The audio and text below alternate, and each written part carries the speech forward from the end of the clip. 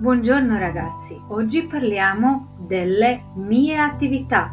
Danas govorimo o mojim aktivnostima, ne zapravo o mojim, o vašim. Le attività extrascolastiche. Sei un tipo attivo? Sì, sono attivo. Sì, sono attiva. Dove vai nel tuo tempo libero? Gdje ideš u vrijeme tvog slobodnog vremena? In piscina. Vado in piscina. Non vado in piscina. Vado a scuola di danza. Vado a scuola di musica. Vado a fare un giro in bicicletta.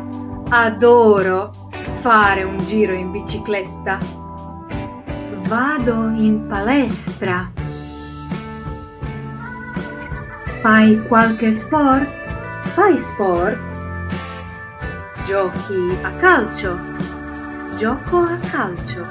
No, non gioco a calcio.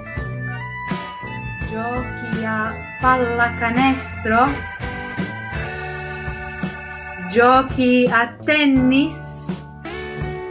Giochi a pallamano?